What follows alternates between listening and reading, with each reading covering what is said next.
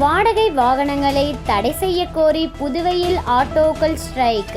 தொழிலாளர்கள் சீருடையுடன் ஊர்வலம்.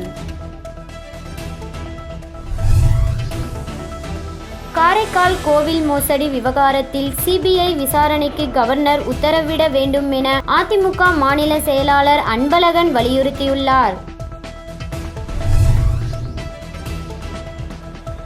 செவாலியே சிவாஜி கணேசன் பிறந்த நாளையொட்டி அவரது சிலைக்கு முதலமைச்சர் ரங்கசாமி, சபாநாயகர், அமைச்சர்கள் மாலை அணிவித்து மரியாதை செலுத்தினார்கள். புதுச்சேரி அக்டோபர் 1 புதுவையில் வாடகை வாகனங்கள் இ-பைக் சேவையை தடை செய்ய வேண்டும். அமைப்பு சாரா நலவாரியத்தை உடனடியாக செயல்படுத்த வேண்டும். அரசு செயலி உருவாக்கி குறைந்தபட்ச ஆட்டோ கட்டணம் நிர்ணயம் செய்ய வேண்டும் என புதுவை மாநில அனைத்து ஆட்டோ சங்கங்கள் வலியுறுத்தி வருகின்றன.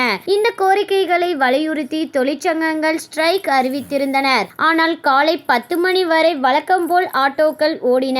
இன்று பள்ளி மாணவர்களை ஏற்றிச் செல்ல மாட்டோம் என அறிவித்திருந்தாலும் மாணவர்களை ஏற்றிக்கொண்ட ஆட்டோக்கள் இயங்கியது. காலை 10 மணியளவில் நகர பகுதிகளில் உள்ள ஆட்டோ தொழிலாளர்களுக்கு புதிய நிலையம் அருகே ஆட்டோக்களுடன் ஒன்று கூடினர். மறைமலை அடிகள் சாலையில் ஆட்டோக்களில் சங்க கொடிகளோடு நிறுத்தினர். பின்னர் அங்கிருந்து ஆட்டோ தொழிலாளர்களை ஊர்வலமாக புறப்பட்டனர். ஊர்வலத்தில் ஆட்டோ தொழிற்சங்க நிர்வாகிகள் சேதுசெல்வம், மணவாளன், சீனிவாசன், விஜயகுமார், அந்தோணிதாஸ், சேகர், பாப்புசாமி, கண்ணன், அற்புததாரன், செந்தில், மணிவண்ணன், முருகன், சங்கர், சிவகுமார், அன்பழகன், ஐயனார் உட்பட நிர்வாகிகள், தொழிலாளர்கள் பலர் கலந்து கொண்டனர். ஊர்வலம் மறைமலை அடிகள் சாலை, அண்ணா சாலை, நேரு வீதி, மிஷன் வீதி வழியாக சட்டசபை நோக்கி வந்தது. ஆம்பூர் சாலையில் போலீசார் அவர்களை தடுத்து நிறுத்தினர். அங்கு ஆட்டோ தொழிலாளர்கள் ஆர்ப்பாட்டம் நடத்தினர். கோரிக்கைகளை வலியுறுத்தி அவர்கள் கோஷம் எழுப்பினர்.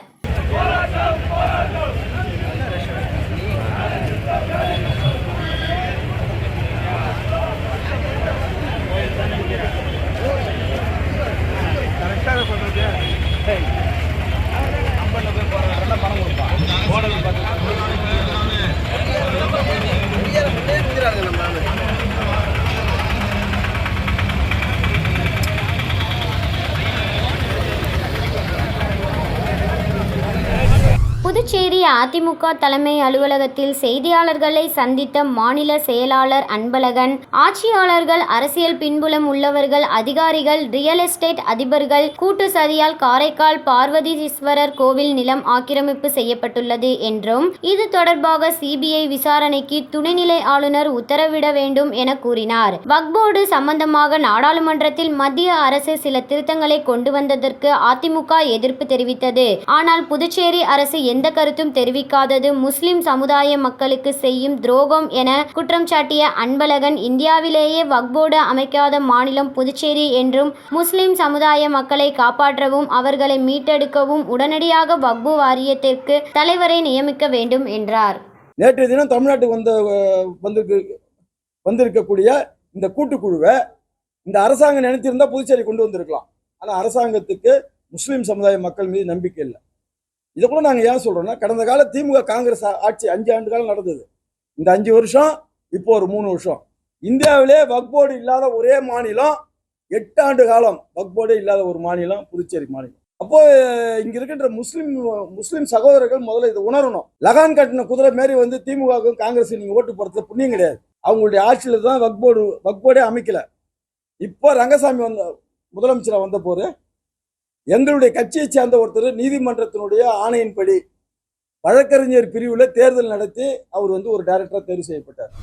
செவாலியே சிவாஜி கணேசனின் பிறந்தநாள் புதுச்சேரி அரசு சார்பில் இன்று கொண்டாடப்பட்டது. இதனையொட்டி கிழக்கு கடற்கரை சாலை, கருவடிக்குப்பம் சாலை சந்திப்பில் அமைந்துள்ள அவரது திருவுருவச் சிலைக்கு முதலமைச்சர் ரங்கசாமி, சட்டப்பேரவை தலைவர் செல்வம், அமைச்சர்கள் லட்சுமி நாராயணன், சரவணன் குமார், சட்டப்பேரவை துணைத் தலைவர் ராஜவேலு, அரசு கொறடா ஏகடி ஆறுமுகம், முதல்வரின் பாராளுமன்ற செயலாளர் ஜான்குமார் மற்றும் சட்டமன்ற உறுப்பினர்கள் KSP ரமேஷ், லட்சுமிகாந்தன் ஆகியோர் மாலை அணிவித்து மரியாதை செலுத்தினர். அதனைத் தொடர்ந்து திரைப்பட கலைஞர்கள், சிவாஜி ரசிகர்கள் உட்பட பலர் சிவாஜி சிலைக்கு மாலை அணிவித்து மரியாதை செலுத்தினார்கள்.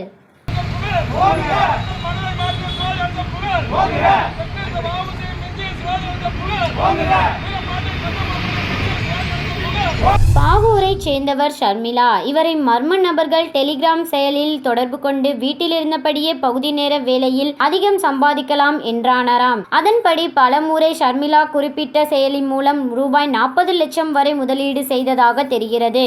முதலீட்டை விட லாபம் 2 மடங்கு கிடைத்திருப்பது போல இணையதள வங்கி கணக்கில் காட்டப்பட்ட நிலையில் அவரால் முதலீட்டையும் லாபத்தையும் பெற முடியவில்லையாம். இது தொடர்பாக புதுச்சேரி இணையவழி குற்றப்பிரிவில் அளிக்கப்பட்ட புகாரின் பேரில் போலீசார் வழக்கு பதிந்து விசாரித்து வருகின்றனர். மத்திய அரசின் வீட்டுவசதி மற்றும் நகர்ப்புற அமைச்சகத்தின் அறிவுறுத்தலின்படி மகாத்மா காந்தியின் பிறந்த நாளை கொண்டாடும் விதமாக 2017 ஆண்டுதோறும் செப்டம்பர் 17 முதல் அக்டோபர் 2ஆம் தேதி வரை தூய்மையே சேவை எனும் நோக்கோடு 15 நாட்கள் பொதுமக்கள் துப்புரவு பணியை மேற்கொள்ளப்பட்டு வருகிறது.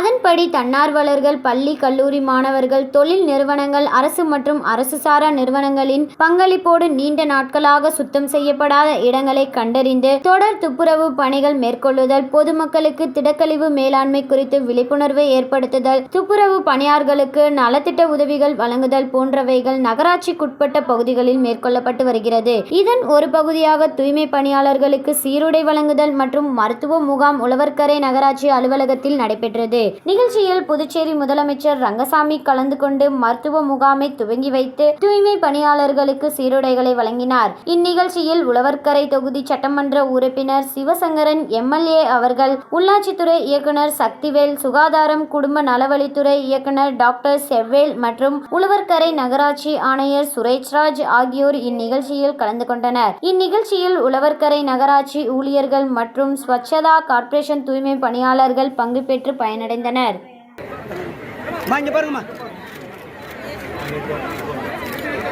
ஒரு 2 மணி நேரம் அப்படி நிக்கட்டும்.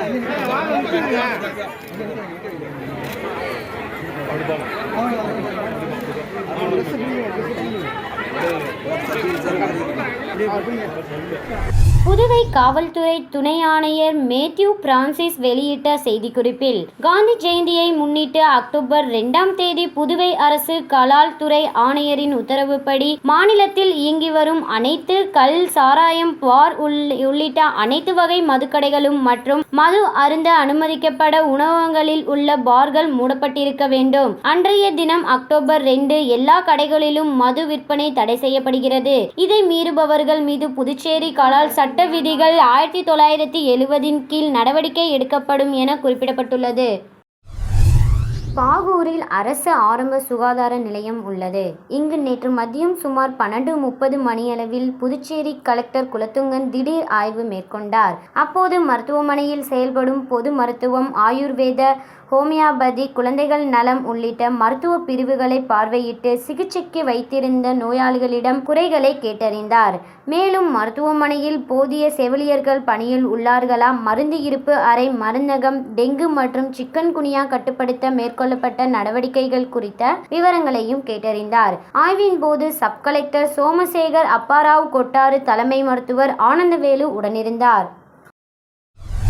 இந்திய சக்கர நாற்காலி கூடைப்பந்து கூட்டமைப்பு சார்பில் மாற்றுத்திறனாளிகளுக்கான 8வது தேசிய கூடைப்பந்து போட்டிகள் மத்திய பிரதேசத்தின் குவாலியர் நகரில் வரும் அக்டோபர் 5 முதல் 8ஆம் தேதி வரை நடைபெற உள்ளன. இப்போட்டியில் பெண்கள் பிரிவில் பங்கேற்பதற்கு புதுச்சேரியிலிருந்து 10 மாற்றுத்திறனாளி வீராங்கனைகள் தேர்வாகியுள்ளனர். அவர்கள் புதுச்சேரி சக்கர நாற்காலி கூடைப்பந்து சங்கத்தின் பொதுச் செயலாளர் சிவகுமார் தலைமையில் குவாலியர் செல்ல உள்ளனர். இந்நிலையில் மத்திய பிரதேசம் செல்ல உள்ள வீராங்கனைகள் உள்ளிட்டோருக்கான பயணச் செலவை புதுவை முதல்வர் ரங்கசாமி முதல்வர் நிவாரண நிதியிலிருந்து தருவதாக தெரிவித்தார். அதன்படி பேரவை வளாகத்தில் உள்ள தனது அலுவலகத்தில் ரூபாய் 3.20 லட்சத்துக்கான காசோலையை கூடைப்பந்து சங்க செயலர் உள்ளிட்டோரிடம் முதல்வர் வழங்கினார். புதுச்சேரி மாநில மக்கள் முன்னேற்ற கழகத்தின் சார்பில் புதுவையில் உள்ளாட்சி தேர்தலை நடத்தாத மத்திய மாநில அரசை கண்டித்தோம். உள்ளாட்சி தேர்தலை உடனடியாக நடத்த கோரியும் மக்கள் முன்னேற்ற கழகம் சார்பாக 4ஆம் கட்ட போராட்டம் இன்று வில்லியனூர் பைபாஸ் சாலை பழைய எம்ஜிஆர் சிலை அருகில் நடைபெற்றது. கழகத்தின் தலைவர் பேராசிரியர் மு. ராமதாஸ் போராட்டத்தை துவக்கி வைத்து உள்ளாட்சி தேர்தல் நடத்தப்படாமல் இருப்பதால் ஏற்படும் பாதிப்புகளை எடுத்துரைத்து உள்ளாட்சி தேர்தலை நடத்தாத புதுவை அரசை கண்டித்து சிறப்புரையாற்றினார். முன்னாள் பஞ்சாயத்து தலைவர் ஜெகநாதன், சமூக ஆர்வலர்கள், பொதுமக்கள் ஏராளமானோர் பங்கேற்று போராட்டத்தில் கலந்து கொண்டு கண்டன முழக்கங்களை எழுப்பினர். அதே காலை 6 மணியிலிருந்து மாலை 6 மணி வரை அந்த கிட்டத்தட்ட இங்க பையா அவர்கள் நடத்திய அந்த பந்தில் 7 மணி நேரம் பந்த் வெற்றி பெற்றது என்று செய்திகளில் வெளிவந்தது. இந்தியன் எண்டோடானிக் சொசைட்டியின் 32வது தேசிய மாநாடு சென்னை வர்த்தக மையத்தில் இம்மாதம் 5ஆம் தேதி வரை நடைபெற உள்ளது. அதன் ஒரு பகுதியாக இலவச கருத்தரங்கம் இன்று புதுச்சேரி மகாத்மா காந்தி முதுநிலை பல் மருத்துவக் கல்லூரியில் நடைபெற்றது. பல்வேறு நோய் சிகிச்சை துறையால் ஏற்பாடு செய்யப்பட்ட இந்த கருத்தரங்கை மகாத்மா காந்தி மருத்துவக் கல்லூரியில் சேர்மன் புதுவை மாநில முதல்வருமான ரங்கசாமி ஆசியோடு தொடங்கியது. கருத்தரங்கிற்கு கல்லூரி முதல்வர் கென்னடி பாபு தலைமை தாங்க வேர்நோய் சிகிச்சை துறையின் தலைவர் பேராசிரியர் பிரகாஷ் போர்தாகூர் வரவேற்க பேராசிரியர் சுவாதிகா விருந்தினர்களை கௌரவித்தார். இதில் நாட்டின் பல்வேறு பகுதிகளிலிருந்து 200க்கும் மேற்பட்ட முதுநிலை பேராசிரியர்கள், முதுநிலை மாணவர்கள் மற்றும் மருத்துவர்கள் பங்கேற்றனர். இந்தியன் எண்டோடான்டிக் சொசைட்டியின் சார்பில் வேணி அசோக் கலந்து கொண்டு சிறப்பித்தார். இந்த நிகழ்வில் மோகன் புவனேஸ்வரன் சிறப்பு விருந்தினராக கலந்து கொண்டு வேர் சிகிச்சை செய்த பற்களின் வலிமை அதிகரிக்கும் வழிமுறைகளை மாணவர்களுக்கு விரைவாக செய்முறையோடு எடுத்து கூறினார். இந்த நிகழ்வில் பேராசிரியர் கணேசன் நன்றி உரையாற்றினார். வேர் சிகிச்சை குறித்து நேரடி செய்முறையில் மாணவர்களுக்கு விளக்கி கூறப்பட்டது. தொடர்ந்து செயல்முறை பயிற்சியும் அளிக்கப்பட்டது. ஜீவானந்தம் அரசு மேல்நிலைப்பள்ளியில் அறிவியல் கண்காட்சி இன்று நடைபெற்றது. இக்கண்காட்சியை உருளையன்பேட்டை காவல்துறை ஆய்வாளர் திரு கிட்லா சத்யநாராயணன் அவர்கள் தொடங்கி வைத்து மாணவர்கள் உருவாக்கிய அறிவியல் படைப்புகளை பார்வையிட்டார். பள்ளி கல்வித்துறையின் இணை இயக்குனர் திருமதி விஜி சிவகாமி அவர்கள் சிறப்பு விருந்தினராக கலந்து கொண்டு மாணவர்களின் அறிவியல் படைப்புகளை பாராட்டினார். மேலும் பள்ளியின் துணை முதல்வர் திரு எஸ் ராமச்சந்திரன் மற்றும் தலைமை ஆசிரியர் திரு க பாரி அவர்கள் முன்னிலை வகித்தனர். மாணவர்கள் அனைவரும் நிலையான எதிர்காலத்திற்கான அறிவியல் மற்றும் தொழில்நுட்பம் என்ற தலைப்பில் படைப்புகளை உருவாக்கி இருந்தனர். மேல்நிலை மற்றும் உயர்நிலை பள்ளி அளவில் 200க்கும் மேற்பட்ட படைப்புகள் காட்சிப்படுத்தப்பட்டன. இவற்றில் சிறந்த படைப்புகள் நடுவர்களால் தேர்வு செய்யப்பட்டது. இக்கண்காட்சியை 1000க்கும் மேற்பட்ட மாணவர்கள் மற்றும் பொதுமக்கள் பார்வையிட்டனர். இவ்விழாவிற்கான அனைத்து ஏற்பாடுகளையும் பள்ளியின் இருபால் ஆசிரியர் பெருமக்களும் செய்திருந்தனர்.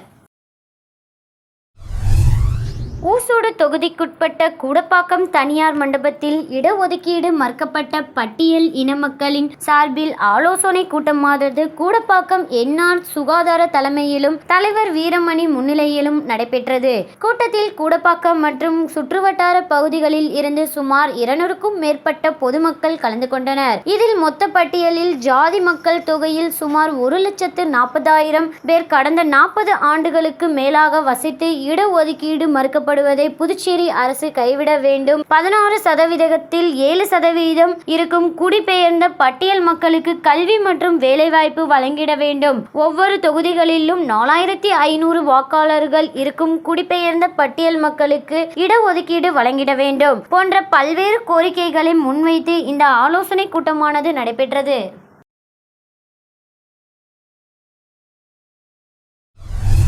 புதுச்சேரி மாநிலம் கூனிமுடுக்கு அருகே உள்ள தமிழக பகுதியான வழுதாவூர் சேரன் நகர் பகுதியில் எழுந்தருளியிருக்கும் ஆதி கைலாசநாதர் தியான திருக்குடியில் நேற்று மாலை தேய்பிறை பிரதோஷ வழிபாடு நடைபெற்றது. முன்னதாக சுவாமிக்கு பால், தயிர், இளநீர், சந்தனம், விபூதி, பஞ்சாமிர்தம், பன்னீர் உள்ளிட்ட பல்வேறு திரவியங்களால் அபிஷேகம் செய்யப்பட்டது. தொடர்ந்து உலக நன்மை வேண்டி நடைபெற்ற கூட்டு வழிபாட்டில் திரளான பக்தர்கள் கலந்து கொண்டனர். இதனைத் தொடர்ந்து சுவாமிக்கு பூஜைகள் செய்யப்பட்டு மகா தீபாராதனை காண்பிக்கப்பட்டது. இதில் பக்தர்கள் திரளானோர் கலந்து கொண்டு சுவாமி தரிசனம் செய்தனர். தொடர்ந்து விழாவில் கலந்து கொண்ட பொதுமக்கள் அனைவருக்கும் அன்னதானம் வழங்கப்பட்டது. புதுச்சேரி திருப்புவனை அரசு உயர்நிலைப் பள்ளியில் அறிவியல் கண்காட்சி சிறப்பாக நடைபெற்றது. பள்ளியின் தலைமை ஆசிரியர் சரவணன் தலைமையில் நடைபெற்ற நிகழ்ச்சியில் திருப்புவனை காவல் நிலைய உதவி ஆய்வாளர் இளங்கோ முன்னிலை வகித்தார். விழாவில் சிறப்பு விருந்தினராக அறிவியல் தொகுதி சட்டமன்ற உறுப்பினர் அங்காளன் துவக்கி வைத்து மாணவர்களின் அறிவியல் படைப்புகளை பார்வையிட்டு பாராட்டினார். கண்காட்சியில் மாணவர்களின் 200க்கும் மேற்பட்ட அறிவியல் படைப்புகள் இடம்பெற்றன. அறிவியல் ஆசிரியர்கள் காயத்ரி, சண்முக பிரியா மற்றும் அனைத்து ஆசிரியர்களின் அவர்களின் மேற்பார்வையில் அறிவியல் படைப்புகள் இடம்பெற்றன.